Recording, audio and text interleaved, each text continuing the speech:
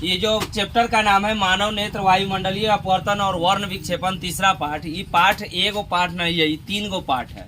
ठीक है, मानव नेत्र अलग पाठ है, एक हिस्सा इसका है। उसके बाद वायुमंडलीय अपवर्तन है, उसके बाद वर्ण विक्षेपण है। तो इसको पढ़ने में कम से कम 3-4 दिन तो लगेगा।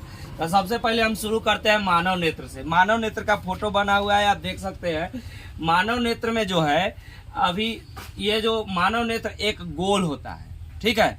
जो हमारा ये आँख है यह एक गोलक है, माने जैसे गेंद होता है ना, उसी तरह का गोला है। और उसमें विभिन्न तरह के यंत्र कह सकते हैं, अंग कह सकते हैं, विभिन्न प्रकार के अंग है। तो सबसे पहले जो ऊपर वाला भाग है इसको कहा जाता है कॉर्निया। जो हमारा पैक है आँख, आप जानते हैं अगर आँख पैक नहीं रहेगा तो क्या हो जाएगा, उसमें द्रव भरा हुआ है, बह जाएगा।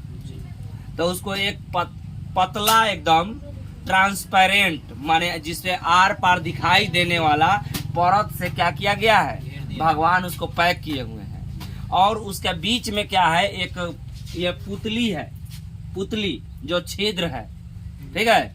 और उसके वही उसी से प्रकाश होकर जाता है, तब हमको दिखाई देता है। प्रकाश उसी से होकर जाता है, तब यहाँ पर लेंस बना हुआ है। और इस लेंस के डिजाइन से आप समझ सकते हैं कि कौन लेंस है। कौन लेंस है? उत्तल लेंस। कल बताए थे ऐसा, जिसके किनारे पर पतला और मध्य में मोटा हो, उसको कौन लेंस कहते हैं? उत्तल लेंस कहते हैं। तो यह जो आप देख रहे हैं अंजलि कुमारी, कि यहाँ से प्रकाश जाएगा, यह पुतली से होते हुए इस पर अपवर्तन होगा। जब अपवर्तन होगा तो इसका प्रतिबिंब कहाँ बनेगा? यहीं पर बनेगा। इस जहाँ प्रतिबिंब बनता है उसका नाम होता है रेटिना। क्या नाम होता है? रेटिना। इसका देखिए जो है यही नाम है रेटिना। और रेटिना में के बगल नीचे देखो उधर, यहाँ 2 प्रकार के कोशिका होते हैं। एक होता है शंकु और एक होता है बेलनाकार। शंकुकार और बेलनाकार जो कोशिका होती है वह क्या होती है कि वही कोशिका वह यहाँ पर सेरिबेलम है, सेरिब्रम में सारा मेमोरी रिकॉर्ड करके रखता है और उसी को बताता है कि कौन चीज कहाँ है। तो हम लोग यहाँ पर देख सकते हैं, यह जो भाग है पुतली है, ठीक है। आपसे यह परीक्षा में प्रश्न पूछेगा कि मानव नेत्र का सचित्र वर्णन करे। क्या पूछेगा? मानव नेत्र का सचित्र वर्णन करे। इसका चित्र हर हाल में बनाना पड़ेगा और लिखना है कि मानव नेत्र आँख का गोलीय भाग होता है। मानव नेत्र या आँख लगभग गोलीय होता है, एकदम तक गोल नहीं है, लगभग गोल होता है। और इसका जो गोलक होता है, इसका पूरा का नाम होता है नेत्र गोलक। क्या नाम होता है? नेत्र गोलक। और इसका जो आप देख रहे हैं आगे वाला भाग, यह जो है स्क्लेरेटिका है। यह जो बीच वाला घेरा हुआ भाग है इसी का नाम है स्क्लेरेटिका।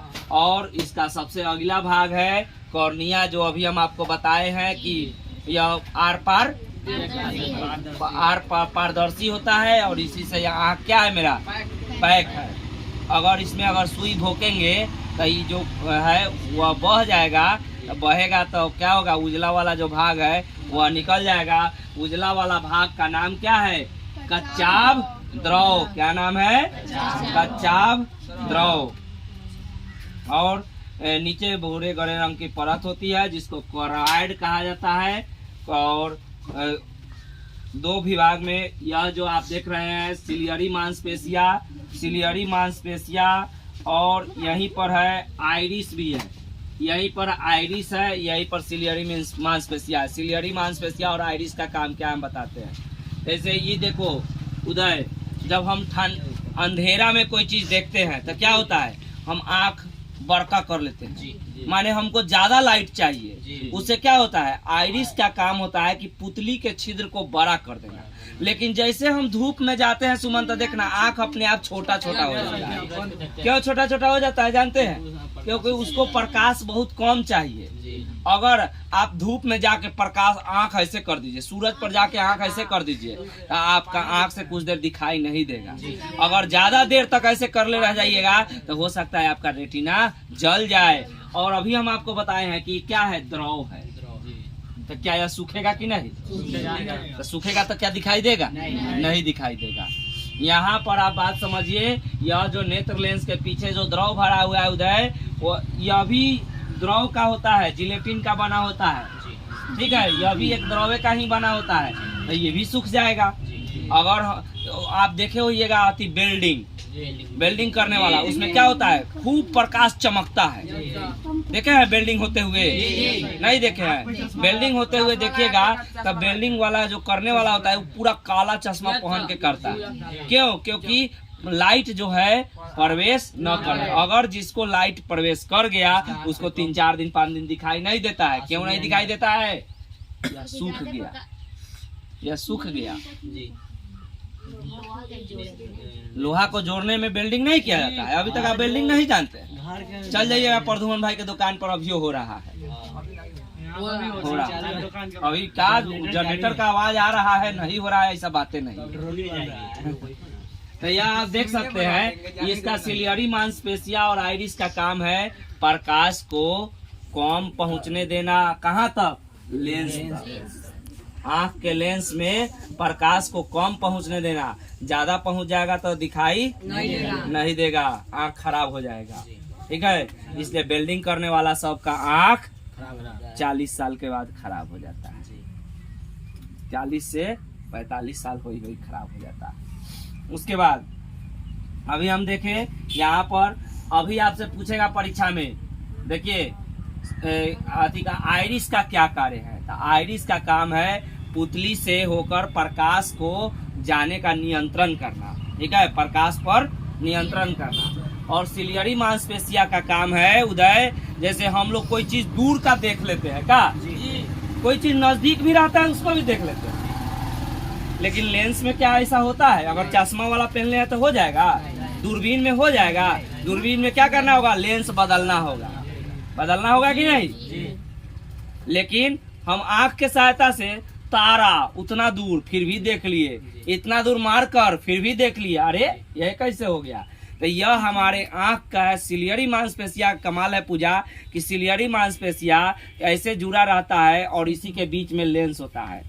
इसको मोटा कर दिया तो नजदीक के वस्तु देख लिए, पतला कर दिया तो दूर की वस्तु देख लिए, ठीक है। सिलियरी मांसपेशिया का काम है नेत्र लेंस के फोकस दूरी को घटाना बढ़ाना, ठीक है। सिलियरी मांसपेशिया का काम क्या है? नेत्र लेंस के फोकस दूरी को घटाना बढ़ाना। अगर हमारा मोटा हो गया लेंस तो वह नजदीक के वस्तु को देखेगा और पतला हो गया दूर की वस्तु को देखेगा। बात समझ में आ रहा है? पूरा कितना देखा? तो यह बात, यह नेत्र आइरिस का काम है प्रकाश पर नियंत्रण करना। सिलियरी मांसपेशिया का काम है लेंस के फोकस दूरी को बढ़ाना और घटाना। और पुतली का काम, पुतली एक छिद्र है जिससे होकर प्रकाश जाती है। कॉर्निया क्या है? कॉर्निया एक पैकेट है जो बंद करके रख ले है, पैक करके रखे हुए हैं आँख को। और नहीं कॉर्निया रहेगा तो आँख क्या हो जाएगा? बह जाएगा। और यह जलीय द्रव, इस जगह पानी के जैसा एक पदार्थ भरा हुआ है जो इसका आंसू निकल जाता है तो देखते करते हैं। आँख के अंदर यह कच्चा द्रव भरा हुआ है। और यह देखिए स्क्लेरेटिका, यह आँख का एक परत है। और रेटिना, यह जो परत है इसी पर आँख का प्रतिबिंब, जो भी फोटो बन रहा है, हम आपको दिखाई दे रहे हैं, आप हमको दिखाई दे रहे हैं, वह प्रतिबिंब कहाँ बन रहा है? रेटिना पर। और रेटिना के पीछे लगा हुआ है जैसे सेंसर, सेंसर कह सकते हैं। जैसे सेंसर लगाते हैं, हमारा मोबाइल हमको देखता है बस लॉक खुल जाता है। कैसे खुल गया भाई? हम सबसे पहले उसको हम अपना रेटिना के फोटो दिए हुए हैं, रेटिना फोटो दिए हुए हैं। उसके बाद अंगूठा का लिया हुआ है 100%, इधर से इधर से इधर से नचा नचा के लेता है, तो अब जाके एक बार हमको देखता है बस खुल जाता है। उसी तरह हमारे रेटिना के पीछे भी सेंसर लगा हुआ है और वह सेंसर जुड़ा हुआ है यहाँ के सेरिब्रम से। किससे?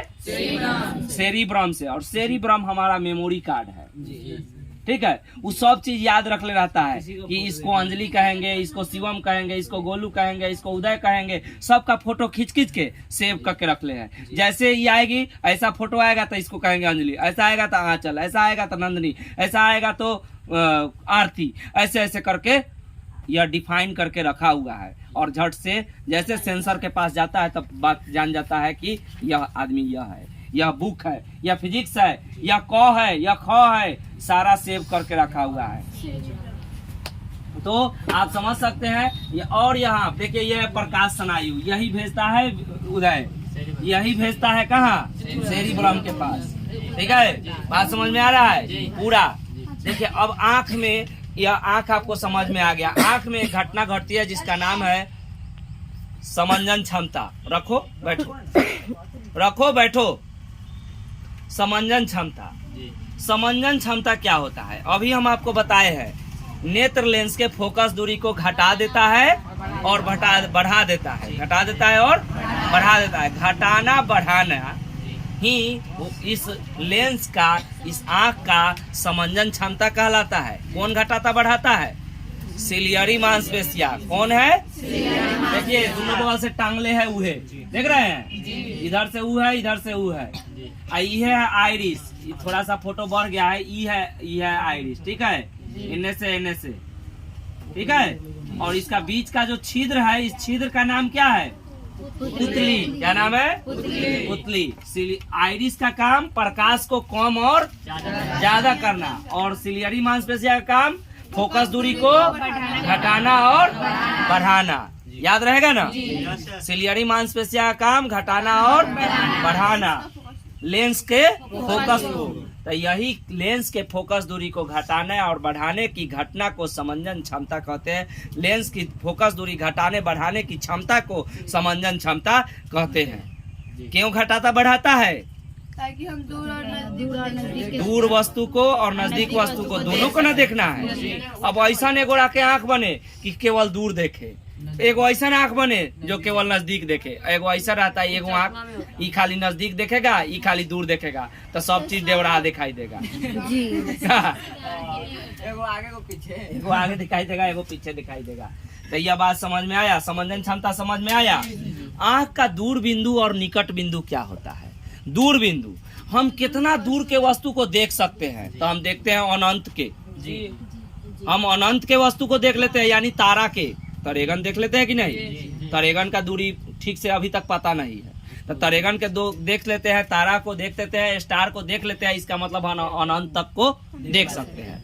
उसी तरह हमारा नजदीक के वस्तु को भी देख लेते हैं। और साफ और स्वच्छ देखने के लिए कम से कम दूरी होना चाहिए 25 सेंटीमीटर। कितना होना चाहिए? 25 सेंटीमीटर। तो इसी को कहा जाता है, नहीं निकट दृष्टि दोष नहीं कहा जाता है। आँख का यह जो है सामान्य स्वच्छ सामान्य आँख का न्यूनतम दूरी, जहाँ से स्पष्ट दर्शन की न्यूनतम दूरी इसे कहा जाता है। अस्पष्ट दर्शन की न्यूनतम दूरी 25 सेंटीमीटर होती है। ठीक है, उसके बाद आपको निकट बिंदु समझ में आ गया। निकट कितना नजदीक के आपको दिखाई देता है, तो उसको निकट बिंदु। कितना दूर को आपको दिखाई देता है, तो दूर बिंदु। जितना आपके आँख का दूर बिंदु क्या होगा? अनंत। निकट बिंदु क्या होगा? आप जितना नजदीक के देख सकते हैं वो। ठीक है, तीसरा आपको पढ़ना है दृष्टि परास। दृष्टि परास माने आप कहाँ से कहाँ तक देख सकते हैं। मान लेते हैं यहाँ तक आप देख सकते हैं, तो ये 10 सेंटीमीटर। अनंत तक देख सकते हैं, तो 10 सेंटीमीटर से अनंत तक आपका दृष्टि परास हुआ। दृष्टि परास का मतलब होता है कि आप कहाँ से कहाँ तक को देख सकते हैं। दृष्टि दोष थोड़ा सा लिखाने के बाद पढ़ेंगे। Stop video.